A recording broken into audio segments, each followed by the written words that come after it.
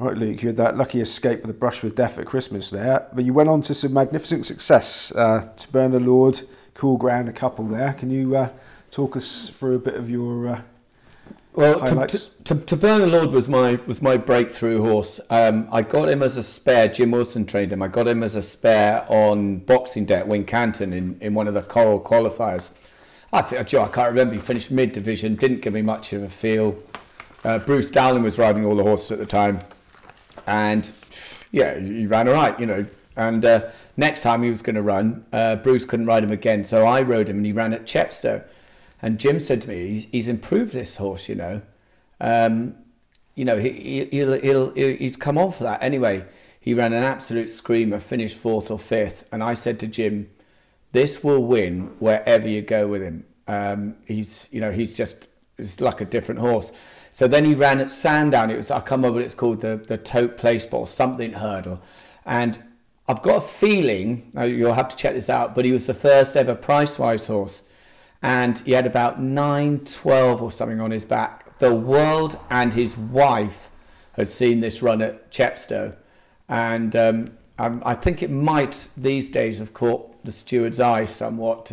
He made quite significant late progress. Anyway, so the world and his wife was on him at Sandown. And I'll never forget the commentary, because when I came back and listened afterwards, Graham Good was commentating. And I dropped him out last, and it was going da-da-da, and Taberna Lord still at the back. And then they went down the far side, and there was about, 4 to jump. And it said, Taberna Lord starts to make ground, about time too. and then he swept through, and he absolutely bolted up. Then he went to Cheltenham for the final at the festival, Coral Golden Hurdle final. And I just couldn't see him being beaten. I've never gone to a race where couldn't have been more confident. There was never a moment during that whole race or in the build up to it that I thought he'd get beat. And I tell anyone that asked me at the races as well, if they said, "Oh, what's a chance?" So I think he's a good thing. Anyway, I was jumping the last. It's every young jockey's dream. You jump the last upsides to champion jockey Peter Scudamore, sticks up. Mine goes when he wins 2 or 3 lengths. So, absolutely blessed. The other, obviously the big horse for me was Cool Ground, who I got the ride on him because Reg Akehurst, who I was riding for at the time, moved to Whitcomb down in Dorset, and the Peter Bolton, who owned Cool Ground, left it. That was a sort of incentive to go there. And Reg, as you know, trained good flat horses and a lot of 2-mile hurdles and what have you. So we get there. Reg didn't have a clue about him. There was a weighing machine, and Reg couldn't work it. So we never weighed him when he ran first time at Haydock. It turns out that he was about 50 kilos overweight, but and he still finished 4th. And then again, building up to the Welsh National. Look, you always, as a jockey, whenever you're going in and out there, you always get punters come up to you. If they're nice and gracious, I always used to say, yeah, look, he's got, this, that, and the other. You get some people who just come up to you and be rude, God, what's going to win now? Go, your rubbish tips, what's going to win? So, those sort of people, you just, good luck. But anyway, so leading up to it, he only had 10 stone, mind, a subsequent Gold Cup winner. Leading up to that, again, it was just really, really straightforward. And those two, Taberna Lord and Cool Ground, were my breakthrough horses. They just put you on the map. You mentioned the commentary there. Are you aware of the commentary when you ride him? Can you hear it? Not really. I mean, sometimes, if you notice now, a lot of the jockeys, because they didn't have them when I was riding, but you have the big screen, so a lot of the jockeys will look across at the big screen just to see how far. You can hear in the background, you can hear crowds shouting and get off, Harvey, you can hear, but you're not really, during the race you can't. So a lot of people sort of hear these stories. You say about the punter coming up. Was there ever a time when somebody came up to you and sort of advised you maybe you shouldn't try your best?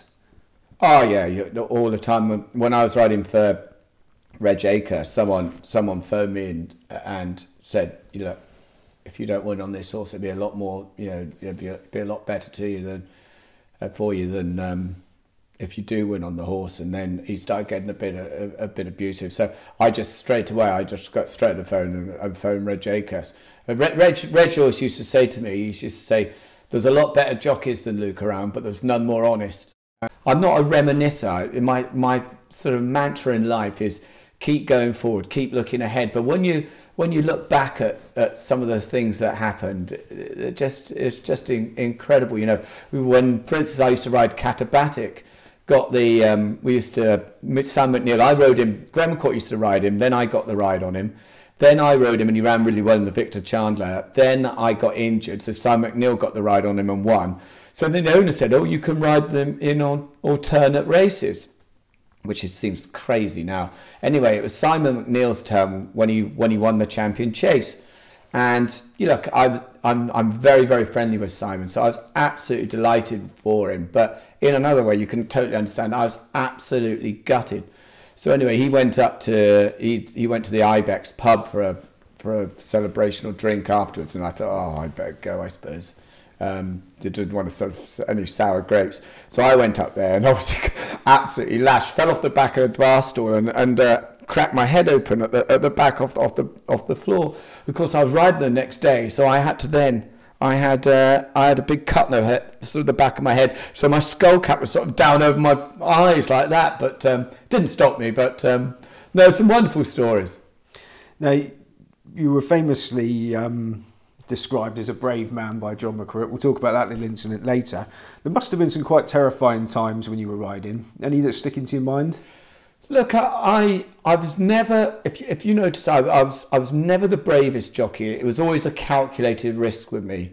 So when I went out there, I was fully aware that 1 in 10, 1 in 11 rides ends up on the deck. I was courageous without being stupid. You know, you see some jockeys, they see the red mist and go absolutely mad when they're in a race. But quite often, a lot of those jockeys don't ride out. A lot of the people I used to ride out with, or ride against, don't ever sit on a horse anymore. Carl Llewellyn being a perfect point in case he just doesn't ride out anymore. Whereas I'm slightly different. I've always loved horses, and so you know I enjoy riding them. Look, you can see by the shape of me, I had my fair share of injuries. I broke my collarbone 7 times one summer. And so I had to have that removed. You know, I dislocated my shoulder, just the same as all jockeys. You know, broke the ball off the end of my arm. It's just there are lots of different things, but you know, I wouldn't say I'm not a brave man. I just it's a bit like sort of, you know, when you're in the trenches, they say, "Come on, lads, we're going over the top." You don't actually think you're the one that's going to be shot, and so when you go out in a race, you know, I didn't really ever think I was going to fall, and if I ever thought like that, I'd have given it up. They mentioned horses being backed, etc. Was there ever a temptation when you were a jockey to have it on? I mean, did it used to go on with jockeys back in those days?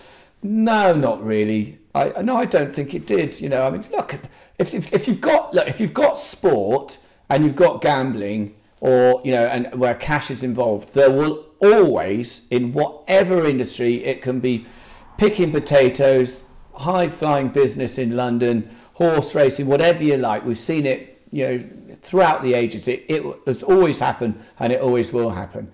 But no, I don't think so. I don't think it was, you know, I certainly, I was never one that was overtaken by punting. I was never one. I think you can get obsessed with it, and I never was, and I don't think it was much more of a cavalier attitude. The jockeys these days, it's just ridiculous how professional they are compared to how we were. Horses don't run any faster, but you know, life changes, doesn't it? And change is good. Is punting something you're interested in now?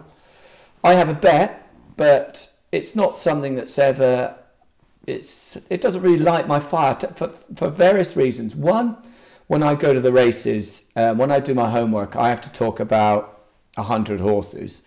And if you're punting, you've got to be. You cannot do it half-heartedly. If someone said to me, I've heard that you know, 3 horses were injured in a horse box on the way to the races, and it's a 4-horse race, so the other one's a certainty. I still wouldn't back the other horse. I would never ever back a horse that someone else has told me. The only time I'd back a horse is if I go racing most days of my life. So if I see a horse that I like, if I see, you know, I never understand why people whinge about horses, that they see a horse and goes, oh, well, that was a real closer, or that was a real eye catcher, and they go mad at the races. You'll get people emailing in, use it to your advantage. You know, why make a song and dance of it? Use it to your advantage, and then follow that horse's career. It's easy. I can pick the paper up in the morning and see which horses are going to be backed, or you know, or who are going to be weak in the market, because you know the stables.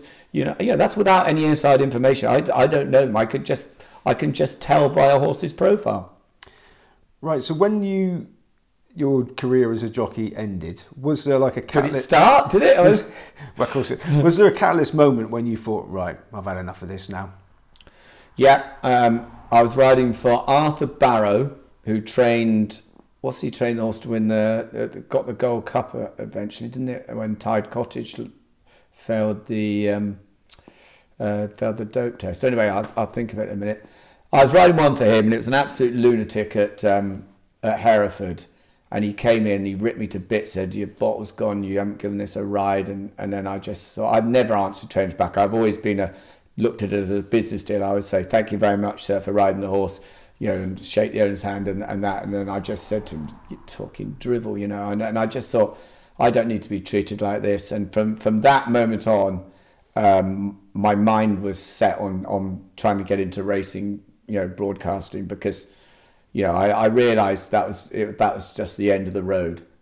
So from then on, I rode for another 18 months. Mark Richards was myself was at the same, and I decided then that I would try and mix broadcasting and riding, and hope that I could get good enough to be, you know, broadcasting, that I could eventually perhaps even make a career of it. So you were quite sensible then. You didn't suddenly say, oh, shove it, and just leave yourself out on a limb. There were a few words exchanged with Arthur. I remember that, but yeah, it was yeah, no, it was a calculated risk that I took. I knew what I wanted to do, and it's a bit like riding. You know, people say, oh, this, you know, a lot of jockeys, a lot of sportsmen end up retiring feeling very unhappy. You know, they get depressed. They quite often go on the beard, lose their money, because they just don't feel satisfied with what they achieve. I cannot believe how well I did as a jockey.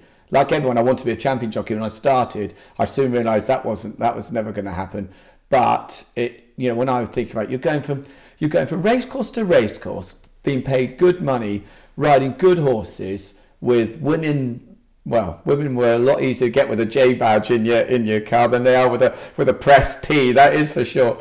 Yeah, it's just, you know, going to party. It was just living the dream, and I loved it. Right, we'll go back to the women bit later on, Luke. But just briefly then, anything you would have changed about your career as a jockey? Absolutely nothing. There is nothing I would have changed about a jockey. The only thing I do like now is that the jockeys have coaches. Whereas we never did. You didn't. You know, obviously you had the replays to look back on. But when I started riding really badly, I remember asking Carl, as I said, he was my best mate. You know, what are you doing? What are you doing? What am I doing wrong? And so, you know, as any sportsman, you know, you see golfers changing their swings. You see snooker players changing their cues. So, you know, there's always a point in any sportsman's lifetime that things just go wrong, you lose it. And the way that they're coached now is absolutely fantastic.